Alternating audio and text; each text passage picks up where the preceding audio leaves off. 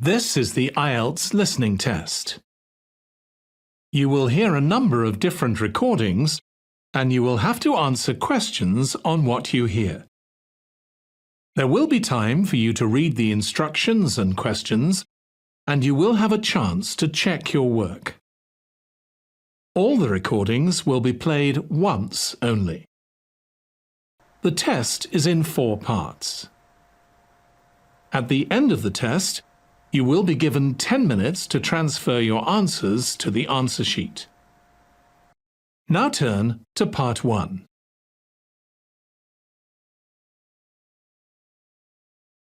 Part 1. You will hear a conversation between Annetta and Charlotte, first-year university students, and Bill, who works for the Student Union Employment Service. First, you have some time to look at questions 1 to 5.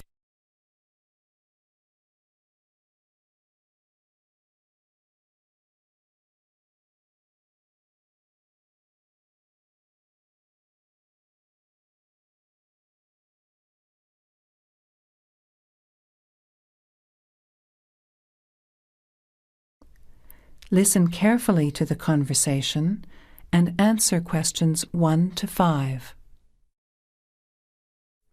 Hi Bill, this is my friend Charlotte. She's doing first-year science too. Pleased to meet you, Charlotte. Annetta told me you want some part-time work. Now, I just have to complete your details on the computer. What's your surname? Johnston. With an E? Yes, Johnstone.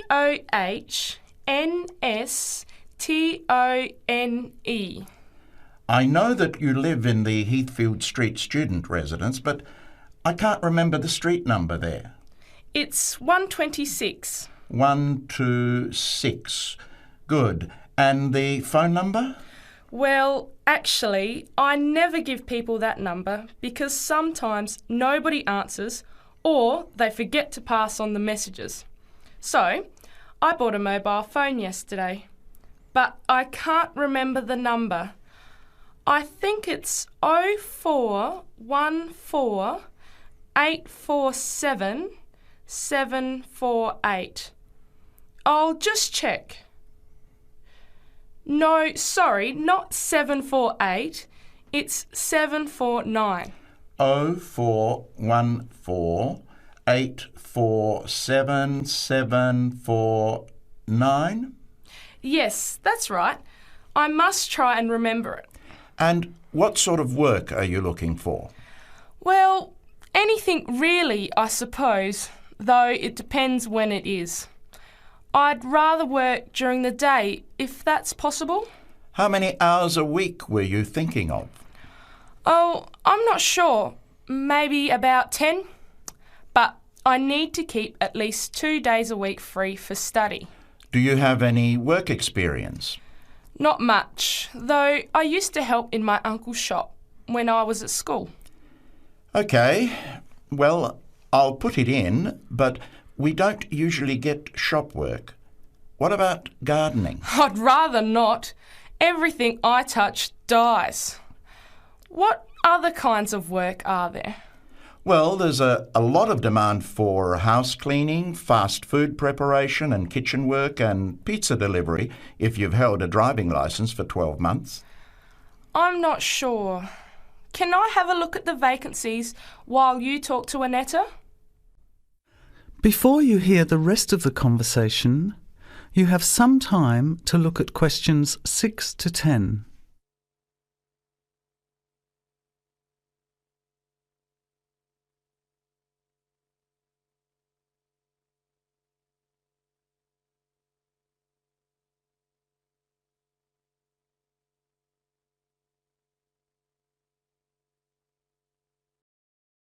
Bill, I'd like to change my job.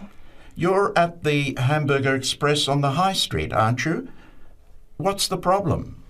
Well, I never know what hours I'm going to work. I start at 7 p.m. and I'm supposed to finish at 11 p.m, but sometimes they keep me until 2 or 3 a.m. Yes, that is a bit late if you have to make a 9 a.m. lecture the next day. And the other thing is the pay. They're supposed to pay me on Thursdays, but they never pay me on the correct day, often not until Friday or Saturday. A few weeks ago, I had to wait until Sunday. They said their son was sick, so they couldn't get to the bank, but they're always making excuses. Yes, that doesn't sound too good. Would you be interested in pizza delivery? You need to have a driving licence. Yes, I've got a licence, but I think I'd like to change from working in the evening. Are there any day jobs available? Well, as I told Charlotte, there are several cleaning and gardening vacancies. And this childcare job that just came in this morning. Do you like children? Yes, I do actually. What's the job? Let's have a look. Collect the boy aged 4 from kindergarten at 3 p.m. Pick up the other 2 girls who are aged 6 and 9 from the primary school at 3:15. You take them home and look after them. The parents will be home by 7. That sounds quite good. What about the pay? It's the same as you're earning now, 4 hours a day, Monday to Friday, so 20 hours a week. You need to contact Mrs. Alicia Thompson. Her phone number is 91045629 and she lives in Springfield. I've never been to Springfield. I hope I don't get lost. Don't worry. It sounds quite straightforward. Let's have a look at the street directory. The Thompsons live here in Tulip Street, number 252. So you catch the 631 bus, get off here next to the post office in Daisy Terrace. Walk past the post office to the corner, and on the opposite corner is the kindergarten. Then walk down Daffodil Place and cross over to the primary school. Then keep going down Daffodil Place to the corner and turn right into Tulip Street.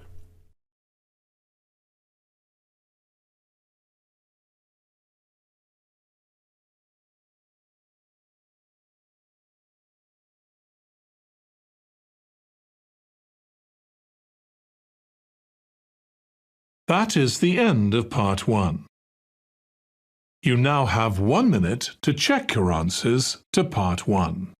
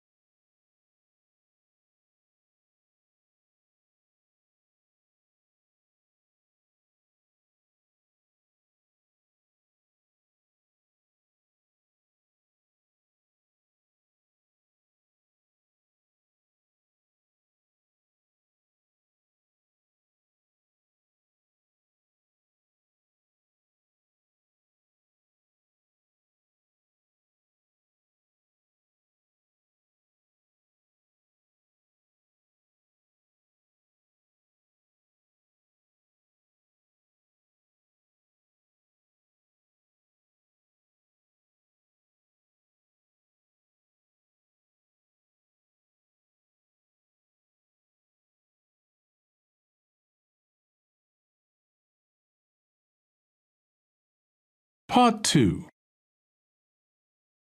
You will hear a recorded message about a bus tour. First, you have some time to look at questions 11 to 14.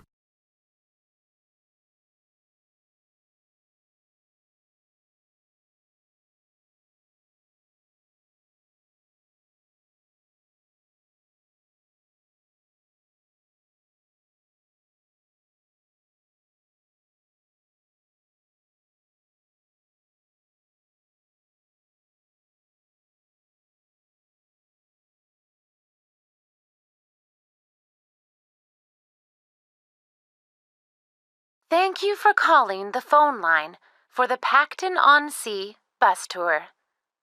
This is a recorded message lasting approximately 4 minutes, and it provides general information on the town bus tour. Pacton-on-Sea is a beautiful West Coast town and has attracted tourists for many years. One of the best ways of getting to know the town is to take the bus tour, which provides a wonderful viewing experience from one of our open-top buses. The tour is a round trip of the town, and there are a total of 4 stops where passengers can get on and off the bus. A lot of people start at the first stop, which is at the train station, as this is where many tourists arrive in the town. The next stop after the station is the aquarium, which is famous for its dolphin show, and which has recently expanded to include sharks. This is well worth a visit and is very reasonably priced. Leaving the aquarium, the bus tour goes along the coast road and after a few kilometers comes to the old fishing village, where you can get off to stroll along the waterfront. There are some original buildings here, but most of the area has been modernized and is now used as a harbor for all kinds of sea craft, including yachts and some amazing powerboats. The tour then heads off to the last stop, and this is where most of the shops are. So for those of you keen to do a bit of shopping, this is the place for you. Our advice is to go to this part of the town in the morning when it is relatively quiet. It does get very busy in the afternoons, especially at the height of the season. This area of the town includes an ancient water fountain where many people like to have their photograph taken, so do look out for this. Before you hear the rest of the conversation, you will have some time to look at the questions 15 to 20.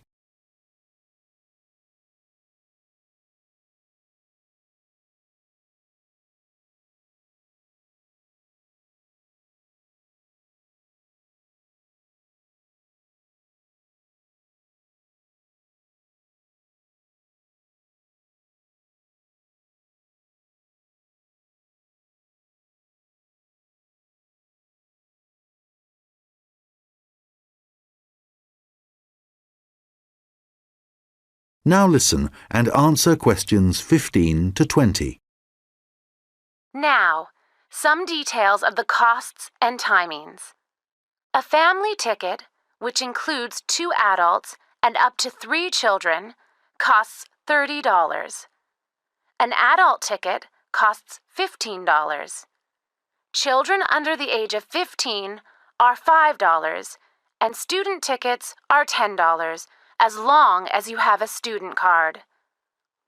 All tickets are valid for 24 hours, which means that you can get on and off the bus as many times as you like within a 24-hour period.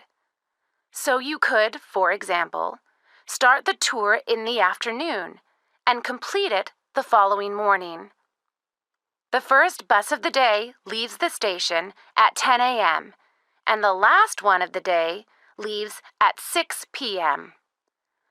Buses leave every 30 minutes, and each tour takes a total of 50 minutes. There are many attractions at each of the stops, so wherever you get off the bus, there will be plenty to do. The bus tour tickets do not include entrance to any of these attractions apart from the museum, which is located near the aquarium. Some buses have local guides who will point out places of interest and will provide information on the town. However, we cannot guarantee that every bus will have a guide, and so we also have an audio commentary that has been specially recorded for the bus tour by the tourist office. Headphones are available on the bus, and these are easy to operate. There is no extra charge for these. Just plug in, select the required language, and adjust the volume. Due to the winter months being rather cold and wet in Pacton-on-Sea, the bus tours only operate from March to September. The weather is usually warm and sunny during these months, so remember to bring some sun protection, especially on hot days. And of course, it does occasionally rain here in the summer, so if the weather looks bad, remember to bring some rainwear. The bus tours are available no matter what the weather. At the height of the summer, the tours can get very busy, so you are advised to book. You can book tickets online, over the phone, and also at the station, and at any of the other tour stops. When booking over the phone, you can collect your tickets at any of the stops at the start of your tour. When you do it online, you can print your e-ticket, which you must remember to bring with you. Thank you for calling the Pacton-on-Sea phone line, and we look forward to seeing you soon on one of our tour buses.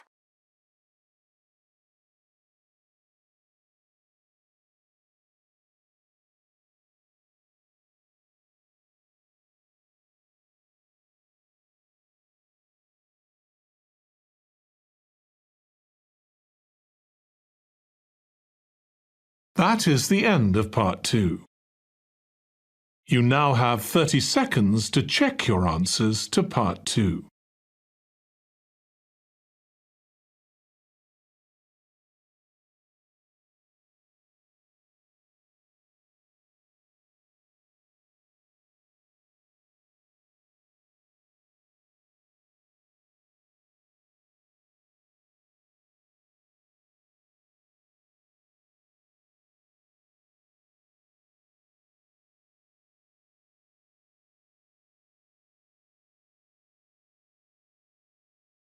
Part 3. You will hear a conversation between an admissions officer and a manager from the university's technologies department. First, you have some time to look at questions 21 to 26.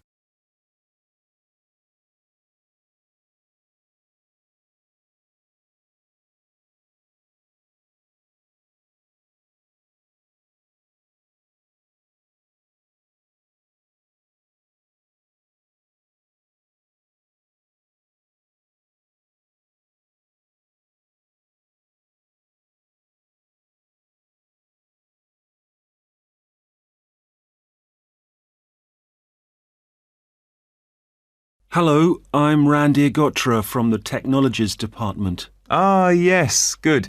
I'm Dave Hadley. Thanks for coming to see me. That's okay. I believe you want us to do some work for you. Yes, that's right.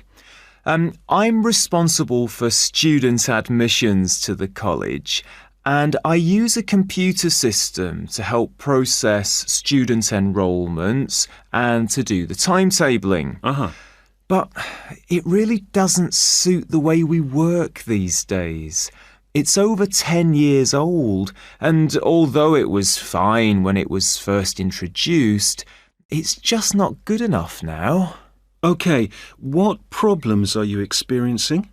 Well, 20 years ago, the college was quite small, and we didn't have the numbers of students or tutors that we have now. So the system can't handle the increasing volumes? Well, there's a lot more data now, and it sometimes seems the system has crashed, but in fact, it just takes ages to go from one screen to the next. Right. Is that the only problem? Well, that's the main one, but there are others. In the past, doing the timetabling was quite simple, but now we have a lot more courses, and what's made it complicated is that many of them have options. Right, but the system should allow you to include those. Well, no, it doesn't. It was supposed to. And a few years ago, we did ask someone from the technologies department to fix it, but they never seemed to have the time. Are there any other issues with the system? Well, I've been given extra responsibilities, and so I have even less time to do the timetabling. If there was anything you could do, Randir, to make the process more efficient, that would be really helpful. Well, it sounds like you could do with an assistant, but that's obviously not possible. So what about having an online system that students can use to do their scheduling? How would that work? Well, it may mean less choice for students, but we could create a fixed schedule of all the courses and options, and they could then view what was available. And work it out for themselves. That sounds great. OK, so we'll need to decide whether or not to improve the existing system or to build a completely new system. Well, I'd much prefer to have a new system.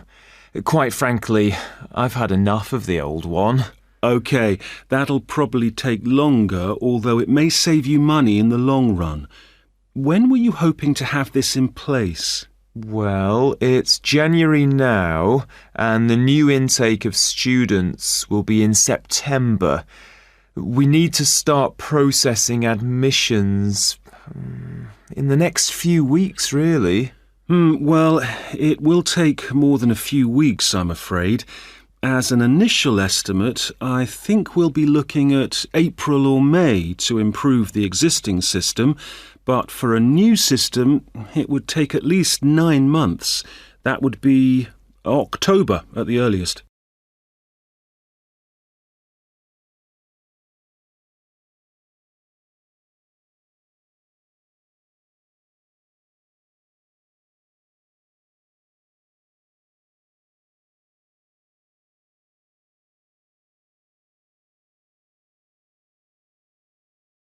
Now listen and answer questions 27 to 30. What are the next steps if we are to have a new system? Well, the first question is, do you have support from your senior management? Yes, I've already discussed it with them, and they're also keen to get this work done. OK, because I was going to say that's the first thing you need to do, and without that we can't go ahead. Yes, I've done that. That's good. Actually, they mentioned that there's probably a form I need to complete to formally start the project. Yes, that's the next thing you need to do. I'll send you an email with a link so you can fill it in online. It's called a project request form. OK, great. And then what happens? Well, I have a list of things, but I think the third thing you should do is see Samir. He's our analyst who will look at the system and identify what needs to be done. OK, can you send me his contact details and I'll set up a meeting with him? OK, that's good. So we should soon be able to get a team together to start the work. Some members of our team work in different locations, so it's not easy to have face-to-face meetings. That's okay. I'm used to having conference calls, providing they're not late at night. Right, so I'll send you details of the team, and if you could set up a call, that would be great. Okay, I'll do that. Thanks.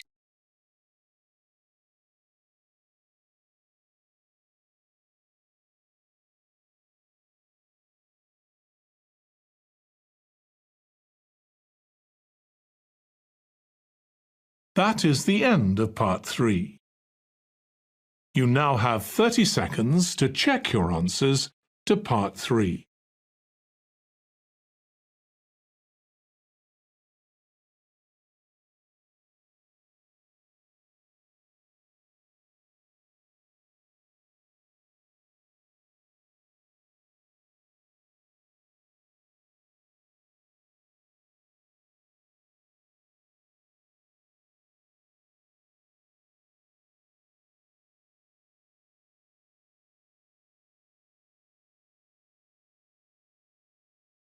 Part 4. You will hear a lecture about how technology affects human interaction. First, you have some time to look at questions 31 to 40.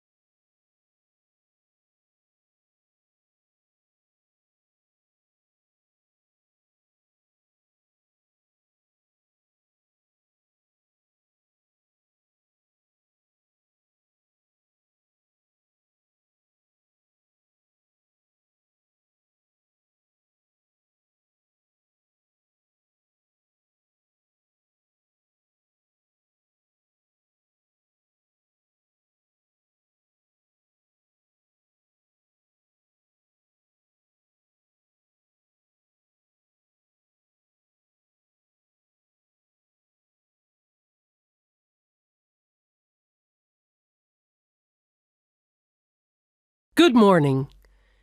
Today, we're thinking about the way that technology is influencing our social structures and the way we interact with one another.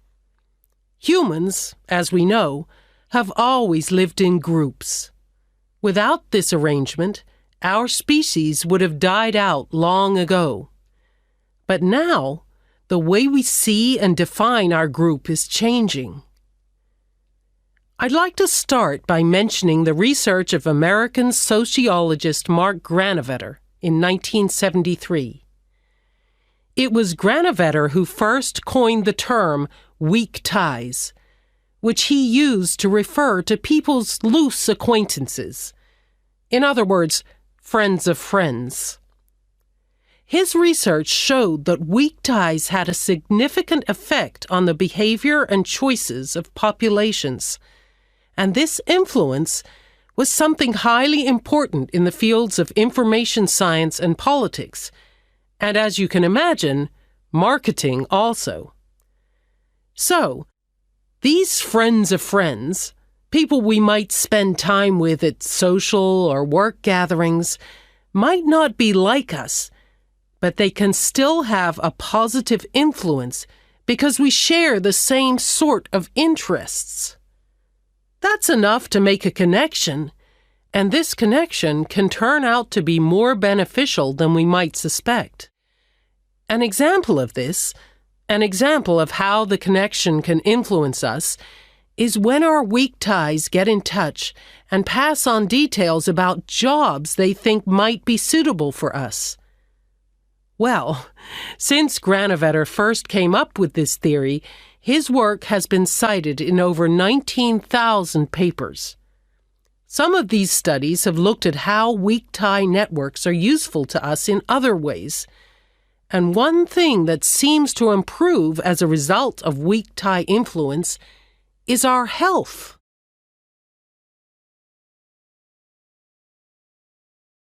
Today, our number of weak tie acquaintances has exploded due to the Internet, to the phenomenon of online social networking. This is still a relatively new way of communication, something that has a huge amount of potential, but also, as with any invention, it brings with it a new set of problems. Let's start with the benefits. Without question, online social networking allows us to pass on the latest news, to be up to date with local and global events. And for many, this information comes from sources more trustworthy than local media. So this is one clear point in favor of online social networking. I know that it's also being used by students as a means of increasing their chances of success in the way that lecture notes can be shared and ideas discussed. I think, personally speaking, that we need some further research before we can definitively say whether it helps or not. There's also been a great increase in the number of networking sites devoted to sharing advice on health issues, but there are as yet no studies to prove the reliability of that advice. Now, what we do have clear evidence for is that people are developing friendships and professional networks in a way that wasn't possible before. The process is faster. I'm not talking about quality here, but simply that they exist. And it's debatable whether the number of online friends that you have increases your level of self-confidence. That's perhaps an area of research some of you might be interested in following up.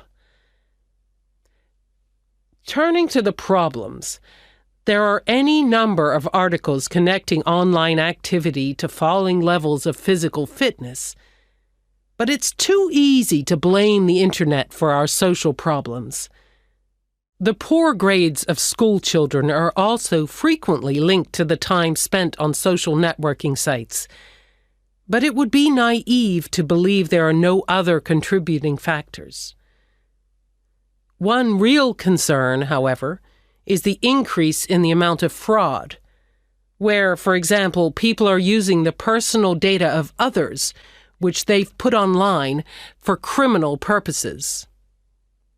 This kind of activity seems likely to continue.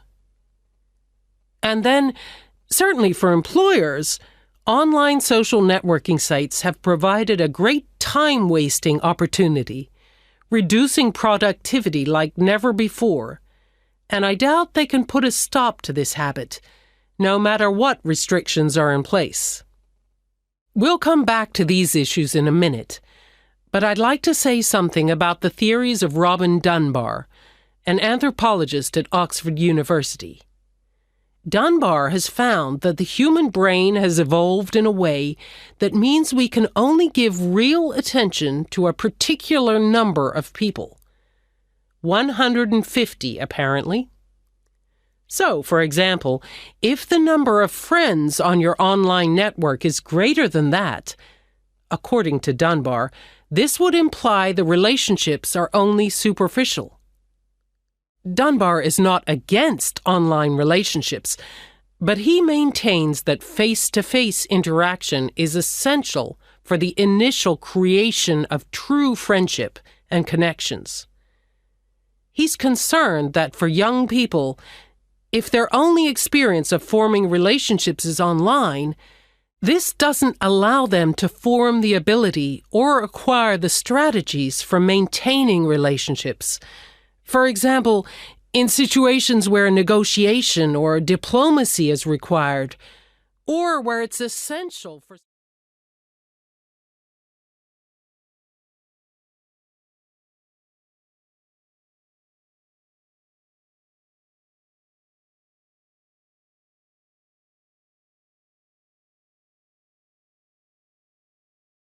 That is the end of Part 4. You now have 1 minute to check your answers to Part 4. That is the end of the listening test. In the IELTS test, you would now have 10 minutes to transfer your answers to the answer sheet.